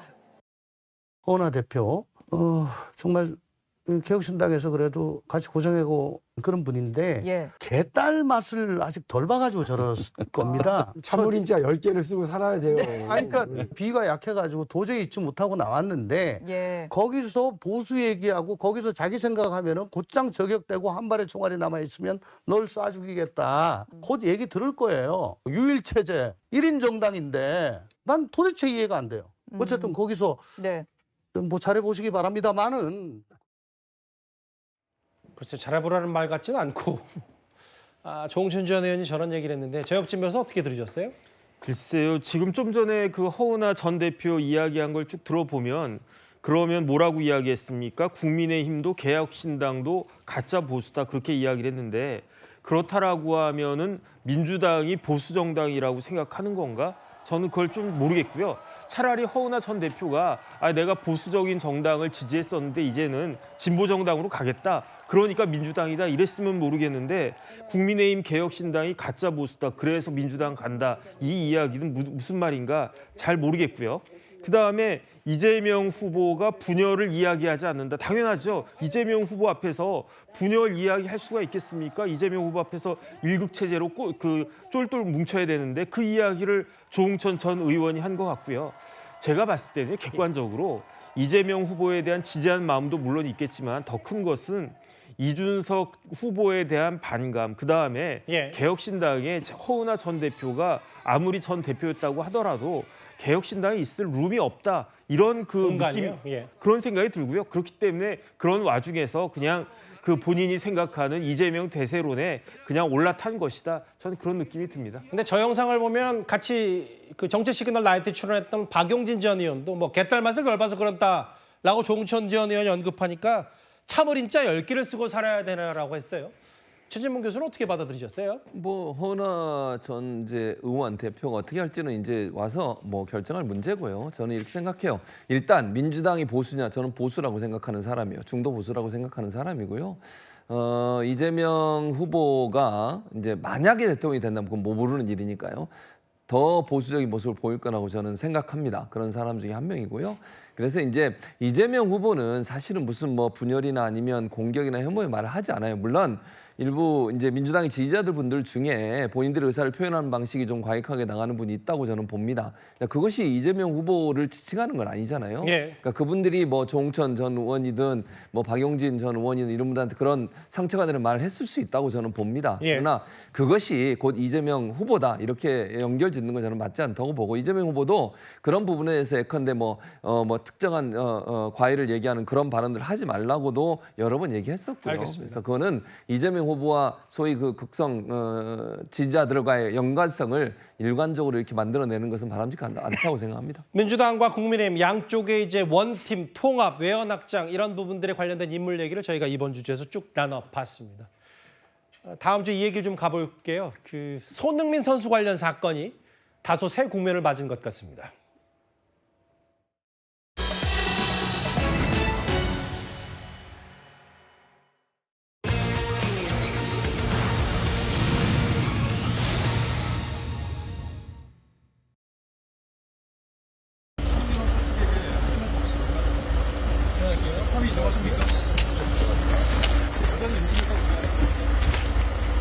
$7,000만 원 추가로 요구하신 거 맞을까요? 그분이 공모하신 거 맞을까요?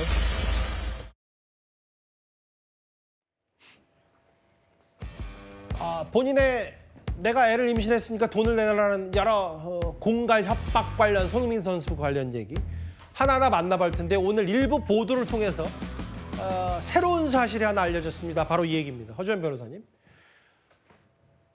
여기서 핵심은 손흥민 선수 말고도 이 지금 구속된 양모 씨가 본인이 임신했다고 얘기한 남자가 한 명 더 있었다는 겁니다.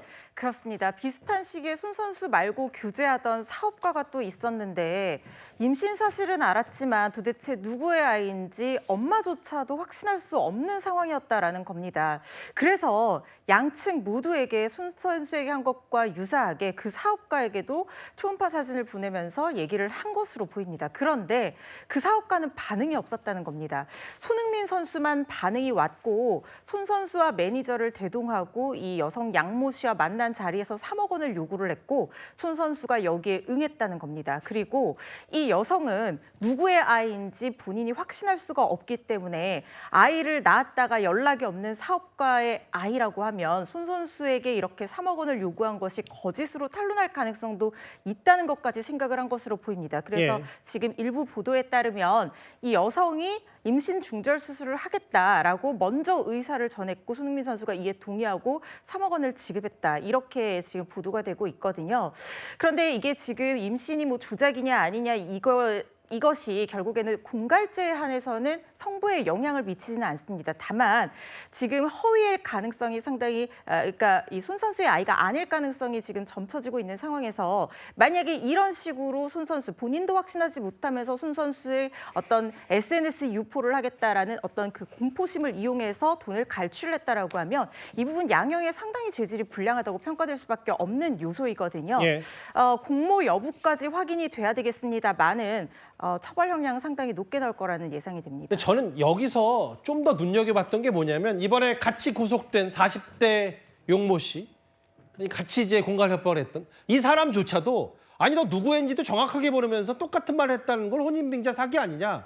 그들도 이거를 시점만 불분명하지 이미 알았었다는 거잖아요. 그렇죠. 이걸 다 알면서 손 선수는 본인의 아이인지 아닌지 확신할 수 없는 상황이고 그렇지만 어쨌든 이런 사생활에 관련한 보도나 폭로가 나가게 되면 그때 이유는 손 선수의 손을 벗어나는 거거든요. 이게 일파만파 커지면서 어떻게 2차 피해로 돌아올지 모르는 상황이고 이걸 두려워했기 때문에 이걸 약점으로 잡고 그야말로 이 일당이 손 선수를 흔든 겁니다. 그런데 유명인들은 이런 것에 약해질 수밖에 없잖아요. 바로 그 부분을 악용했다는 생각이 들고 심지어 이 남성은 처음에는 손 선수에게 내 과거 여자친구를 임신시킨 적 있지 않느냐. 각서의 내용이 너무 과도하니까 변경해달라. 안 그러면 언론에 제보하겠다라고 했을 때 손 선수가 받아들이지 않으니까 이제는 또 자기 여자친구라고 주장했던 이 양모 씨와 나눈 대화 내용을 오히려 손 선수한테 얘기를 하면서 사실은 당신의 아이가 아닐 수도 있었다라는 걸 이 사람이 또 제보를 하면서 그 양모 씨를 공갈 사기 등으로 고소하라. 이렇게 얘기하면서 자료를 넘겨줬다는 거예요. 손 선수가 그걸 계기로 자신의 아이가 아닐 수도 있다. 자신이 공갈의 협박의 피해자가 맞구나라는 것을 강하게 확신을 하게 됐고 결국에는 형사 고소로까지 이어졌다는 얘기고요. 이 일당이 지금 어디까지 공모를 했고 왜냐하면 지금 얘기가 나오기로는 이 남성이 가스라이팅을 해서 여성은 2차 협박을 할 생각은 없었는데 같이 협박을 하게 됐다. 뭐 이런 얘기들도 나오고 있어서 이 만약에 공모를 했다라는 것이 입증이 되면 공동 공갈 혐의로 처벌 수위가 훨씬 높아지거든요. 이 부분까지 수사기관에서 들여다볼 거라는 생각이 듭니다. 그런데 이제 하나만 더요. 그 허주연 변호사님. 아까 화면에 잠깐 지나갔던 저 얘기. 그런데 그 40대 그 남성도 그때는 아니 너 누구인지 모르면서 협박하는 거라고 했다가 나중에 또 본인이 언론에 알리겠다고 협박하면서 손흥민 선수에게 추가로 돈을 뜯어내려고 했던 이 부분까지도 좀 더 뒤늦게 알려진 셈이거든요. 그렇습니다. 이 사람이 과거에 공갈 관련한 전과가 있는 것으로 확인이 된 사람입니다. 그러니까 어떤 식으로든 손흥민 선수가 지금 2차 협박에 응하지 않을 태세를 보이니까 언론에 제보하겠다. 뭐 아니면은 뭐 이 각서 내용을 수정해달라. 나도 지금 이들이 말하려고 하는 거를 내가 입막음해 주느라 돈을 썼으니까 나한테 돈을 달라. 이런 여러 가지 수법을 써가면서 어떻게든 손 선수를 압박을 해서 돈을 뜯어내려 했던 정황으로 생각이 되거든요. 이런 부분까지 양형에 모두 다 포함이 될 거라는 생각이 들고요. 그 과정에서 추가적인 어떤 적용할 수 있는 혐의가 발견이 된다고 하면 당연히 그 부분까지 적용이 돼서 가중처벌될 거라는 생각이 듭니다. 손흥민 선수 말고도 다른 남자에게도 임신 사실을 알렸다라는 그 여성의 얘기. 새롭게 알려진 저 관련 소식까지 짚어봤습니다. 다음 주에는 저희가 시흥으로 가봐야 될 것 같습니다.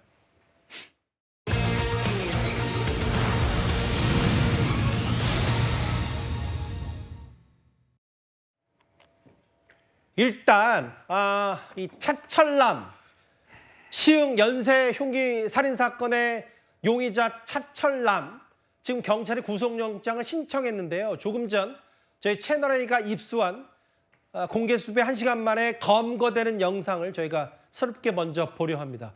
허주연 변호사님, 어제 저희 뉴스 탑10 시간에 차철남의 인상착의, 자전거, 뭐 그리고 얼굴까지 쭉 만나봤었다면 건물을 지나가다 저렇게 차철남을 공개하는 게 바로 공개 수배 불과 1시간 만이었습니다. 그렇습니다. 오전에 사실은 이 편의점 여주인을 흉기로 피습했다는 신고가 들어왔고 불과 4시간 만에 체육공원에서 70대 남성에 대한 흉기 피습 신고가 들어옴에 따라서 어제 시흥 경찰이 그야말로 비상에 걸렸습니다. 그렇죠. 시흥시 전체에 코드 제로가 내려지고 시민들이 굉장히 불안에 떨고 있는 상황이었거든요. 그 와중에 지금 피해자 형제 2명의 시신까지 잇따라 발견되면서 경찰이 결국 오후 6시쯤 이 차철남을 공개 수배로 전환을 하고 수사에 돌입한 지 1시간 만에 시와우 주변에서 대회하던 차철남을 검문 끝에 확인을 하고 검거하는 지금 바로 그 현장 영상을 보고 계신 거고요. 예. 차철남이 죽은 피해자였던 승용차를 타고 도주를 하고 자전거를 타고 도망가고 이래서 빨리 잡지는 못했지만 그래도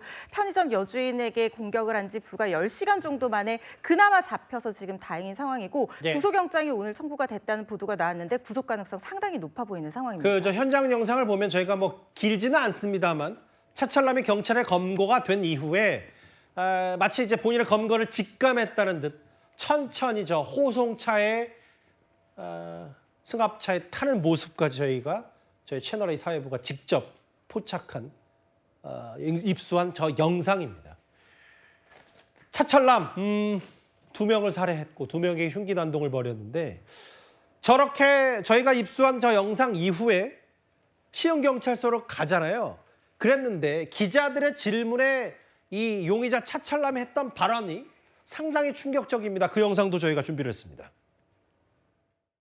피해자들께 할 말 없습니까? 기왕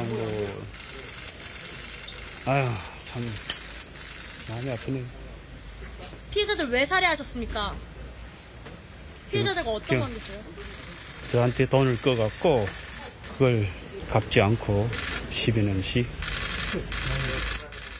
혐의 전부 인정하는 겁니까? 기왕 사람 죽은 거는 죽었다. 피해자들이 돈을 갚지 않아 살해하셨다는 겁니까? 모르겠어요. 이제 중국 국적이 갖고 있고 한국어가 엄청나게 유창하지 않아서 본인의 표현 방식이 저랬다라고 감안을 하기에도 너무 어려운 것 같고 최진봉 교수. 예. 기왕 사람이 죽은 건 죽었잖아요. 저 발언은 어떻게 들으셨어요? 제가 볼 때 이 사람은요. 인간이 기본적으로 느끼는 감정 자체를 느끼지 못하는 게 아닌가 하는 의심이 강하게 듭니다. 예를 들면 피해자들한테 할 말이 없냐 그랬는데 아유란 말도요. 그러니까 미안한 감정이나 사과의 감정이 전혀 들어있잖아요. 참 마음이 아프네요. 말은 하지만 그 말 속에는요. 정말 본인이 그렇게 죽음을 이르게 했던 그 사람에 대한 공감 이게 전혀 없어요. 저는 저런 사람이 어떻게 사람으로서 있나 하는 생각이 들 정도입니다. 그리고 혐의 인정하냐고 물어봤더니 그냥 그러잖아요. 기왕 사람 죽은 거 죽었잖아요. 이게 말이 됩니까? 어떻게 이런 말을 할 수가 있는 거죠? 본인이 사람을 죽여놓고 한다는 소리가 기왕 사람 죽은 건 죽었잖아요. 이건 공감 능력이 하나도 없는 사람이에요. 그래서 저는 이건 이제 물론 지금 현재 경찰에서 사이코패스가 있는지 없는지 이거 조사한다고 하더라고요. 저는 해야 된다고 봅니다. 예. 이 사람이 정말로 인간이 느끼는 감정을 동일하게 느끼는 사람이라면 저런 얘기를 할 수가 있겠습니까? 아니 기왕 죽은 거, 기왕 사람 죽은 거 죽었잖아요. 이거는요. 어떤 사람에 대한 피해를 입히고 그것도 생명을 끊는 그런 피해를 입혀놓고도 거기에 대한 반성 내지는 미안한 마음 이런 것도 전혀 없다고 느껴집니다. 이 사람의 이 인터뷰 내용을 보고서는요. 이 사람은 사람이기를 제 표현입니다. 거부한 게 아닌가 하는 정도로 너무 끔찍하고요. 이런 사람이 어떻게 우리나라에 살고 있었는지 황당하기도 하고 정말 위험한 인물이 아닌가 이런 생각이 개인적으로 듭니다. 이게 보니까 3천만 원 안 갚아서 술 먹자고 유인한 다음에 살해를 했다는데 중국 국적이고 허지연 변호사님 언제 이 경기도에서 거주하게 언제부터 시작이 된 거예요? 이 사람이 지금 97년에 처음으로 우리나라에 입국을 한 지 지금 한 18년 정도를 한국에서 살고 있는 것으로 체류하고 있는 것으로 지금 알려지고 있는데요.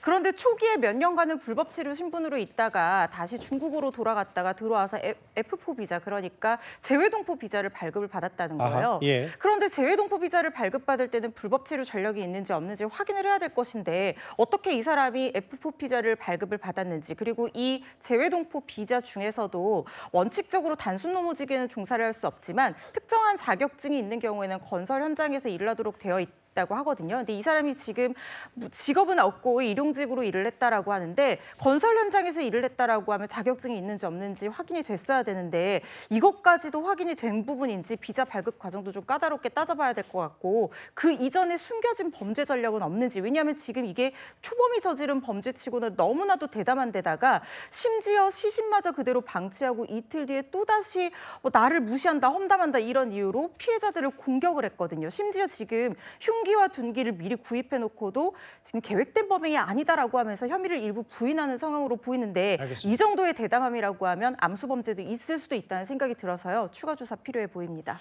검거 당시 영상 공개 수배 1시간 만에 경찰에 붙잡힌 차철남 얘기까지 저희 CCTV 영상과 함께 만나봤습니다. 그러면 지금까지 들은 여러분들의 목소리를 만나볼 차례죠. 첫 번째 댓글입니다. 결혼을 한 후보자면 부인 검증도 꼭 필요하다라는 의견을 주셨어요. 김용태 비대위원장 말과 좀 비슷한 말씀하셨어요. 파랑에서 빨강대태로 바뀐 게 하와이 특산 소득이 있었다라고 하셨습니다. 예. 따로 유세가 얼마나 효과가 있을지 한동훈 전 대표 그 독자 유세 말씀하신 것 같고요. 지지율이 꿈쩍하지 않는데 특단의 방법이 있을까? 아마 이거는 공이 김문수 그리고 이준석 두 후보에게 공이 해당되는 말일 수도 있습니다. 마지막 보겠습니다. 선거철에 철새들이 꼭 있다. 예. 댓글 5개 모두 감사드립니다. 트럼프 대통령 얘기도 해볼 텐데요. 지금 미국은 이 얘기 때문에 굉장히 뜨겁습니다.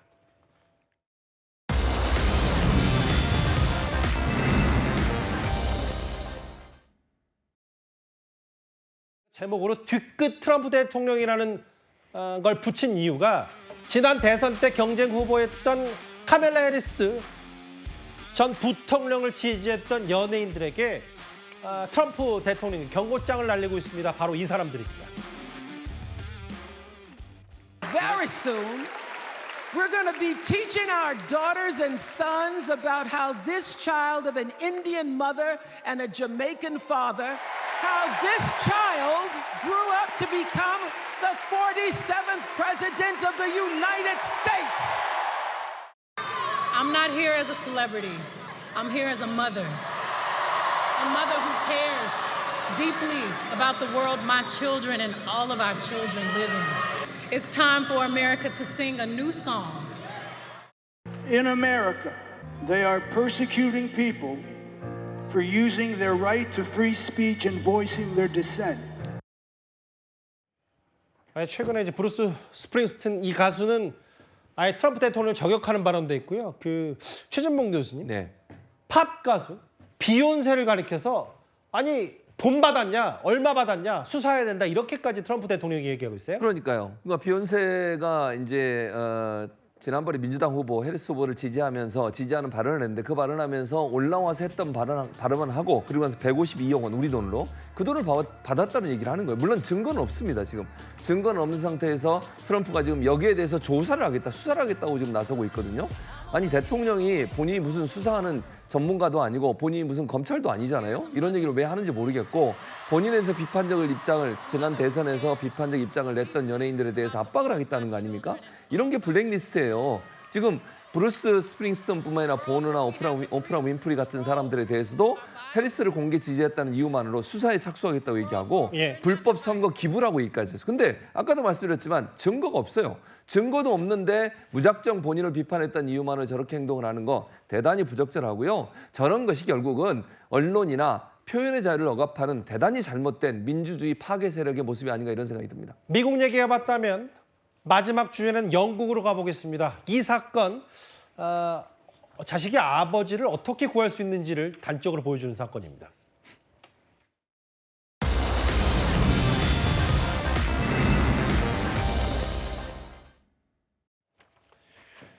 영국이고요. 저 2살 딸아이가 침대 위에 쓰러져 있는 아빠를 구했다. 어떻게 된 사고예요? 저 아빠가 지금 저혈당 쇼크 상태에 빠진 겁니다. 평소 당뇨병을 앓고 있는 아빠인데 아무리 아빠를 불러도 일어나지를 못하고 의식이 없으니까 지금 아이가 저렇게 약병을 찾아와서 아빠 입에 약을 넣어줘서 아빠를 목숨을 구해주는 상황인 거예요. 그런데 저 아기가 2살이거든요. 2살 아기들은 소근육이 발달이 되지 않아서 돌려서 여는 약병 여는 것도 힘든 아이들이 있습니다. 그런데 어떻게 저 아이가 아빠가 힘들 때 저걸 주면은 안 난다는 걸 알아서 약병을 갖고 와가지고 그걸 열어서 아빠 입에까지 넣어주는지 너무나 신기하고 고마운 장면이라는 생각이 들고요. 저 아빠는 2년 전에 딸을 낳아서 아이에게 생명을 줬지만 이렇게 자기 생명을 구하는 것으로 돌려받았으니 아마 평생 받을 효도는 전날 다 받은 게 아닌가 싶어서요. 참 훈훈하고 그야말로 다행이다라는 생각이 드는 모습입니다. 정말 이제 저 주의 깊게 아빠 행동도 봤을 때 그만큼 똑똑하고 바로 행동을 빨리 한 저 아이가 아버지의 저 불상사를 구했습니다. 10위까지 영국 소식까지 오늘 길지 않게 만나봤습니다. 예, 화요일 뉴스탑10 준비한 소식은 여기까지입니다. 곧바로 뉴스에이도 이어지니까요. 많은 시청 바랍니다. 여러분 고맙습니다.